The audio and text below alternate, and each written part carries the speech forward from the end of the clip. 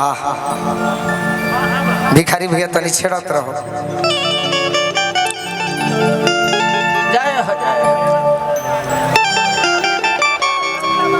ई गीत रउरा सब सुन लेले बानी, बाकी फरमाइश बा तो सुनावे के बा। बड़ा कम एज में बियाह भइल बा।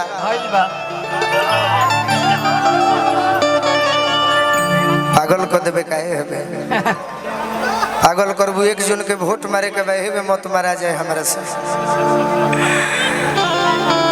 तारा में वोट चल जाई तो विजयी हो जाइबू बिना कमे खर्चा में।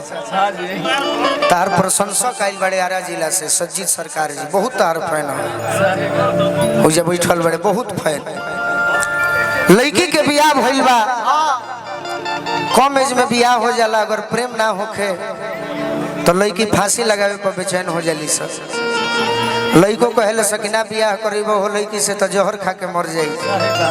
बाकी लड़की कितना सुंदर भी है व्यवहार पे, कि थावे वाली माई से कहती है, प्रभु जी से कहती है, का कहती है उहे कहती है जौन रुआ भिखारी भी बजा दे।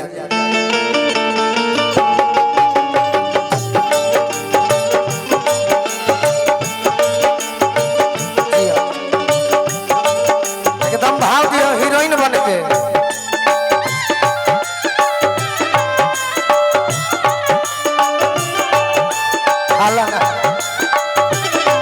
तैयारी में रहो, एकदम हीरोइन बन के।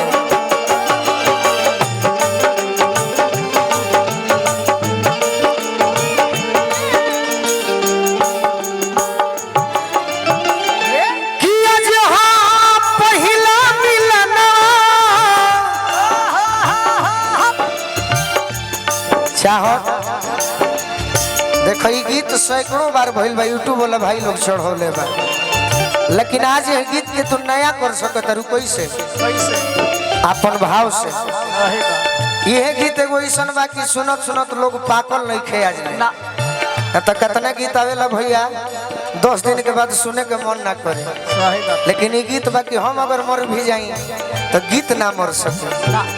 तो तू गीत के नया करबू कैसे है ना? देखो अपन एक्टिंग को जितना गांव में भाई लोग आइल बा, जितना गार्जियन मुखिया जी आइल बनी, प्रमुख जी आइल बनी, सब लोग तहरा के अगर चंदा कर देवे 5500 रुपया एगो फिल्म बन जाई गोलू राजा के, हीरोइन बनबू तो गीत के नया कर देबू अपना भाव से। कि आज हम पहिला मिलना मिलल सजनी के सजना,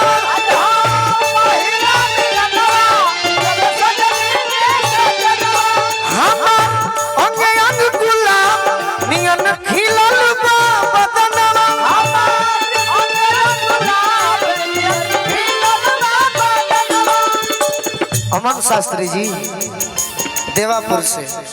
सुनी सुनी भगवान सब बतिया बैठिए के कहबू। अच्छा यह सोचले हुई। सुनी सुनी भगवान जन बिहान होखे दी।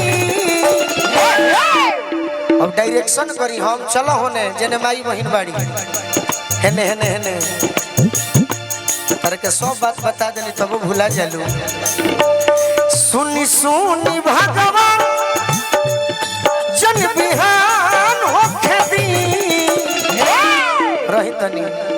अब केने आइबे कि आज राजा जी के करवे जवान हो, आज राजा जी के करवे जवान होखे दी, राजा जी के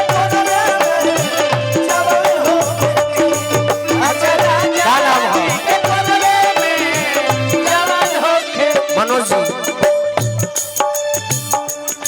मुकुल मिलर जी। सुनी सुनी भगवान जन बिहान होखे दी। तनी आराम में से देह घरी घाई भइल बिया। अरे कि आज राजा जी के करवे में जवान हो,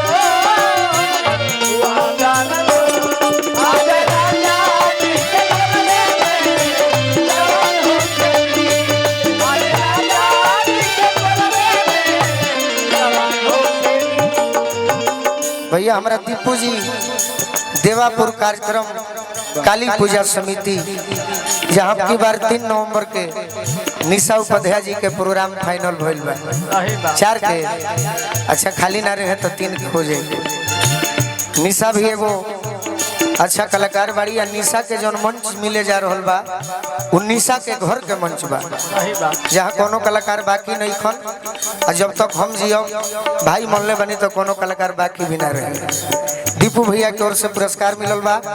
मुकेश यादव जी युवा शक्ति कुचाई गोपालगंज के माध्यम से बहुत बहुत आशीर्वाद मिलल। लड़की को हतिया का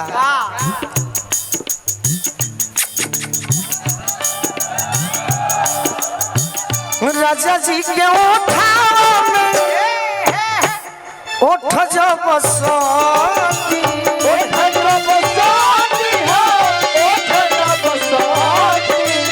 भूख भूख बारी हमारा दिलवा के बाती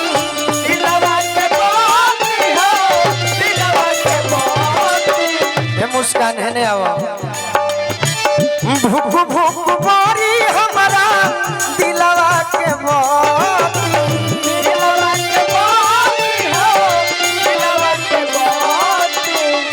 किरत भर लभ के दरियावे में किरत भर लभ के दरियावे में नेहान होके दी कि आज राजा जी के कोरवे में जवान होके दी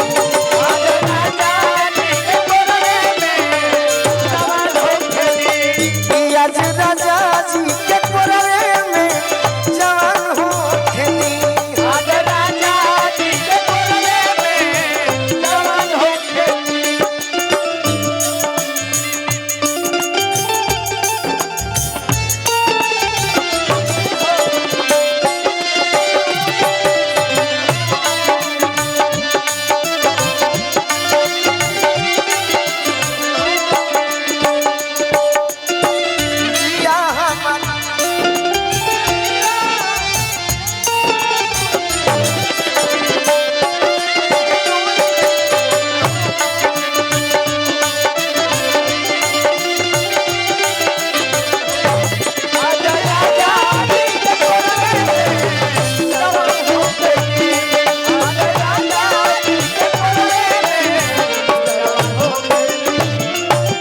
देखिए बड़ी खुशी के बात भाई एगो युवा खातिर बिहार के सबसे कम उम्र के प्रमुख बानी भैया हमारा विश्वजीत यादव जी प्रखंड प्रमुख उचका गांव के माध्यम से बहुत बहुत हमरा के आशीर्वाद दिले बनी।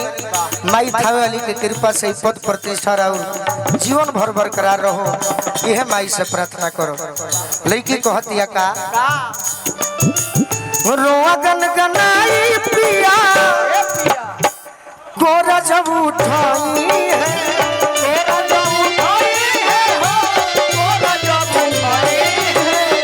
रोआ गनगनाई पिया गोरा जब उठाई है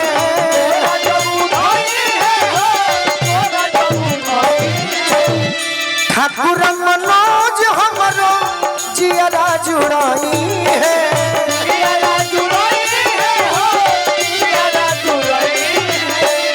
ठाकुर मनोज हमार जियरा जुड़ाई है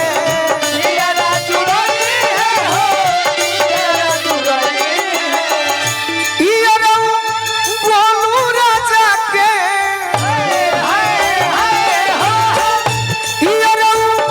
बोलू राजा के परेशान होके दी कि आज राजा जी के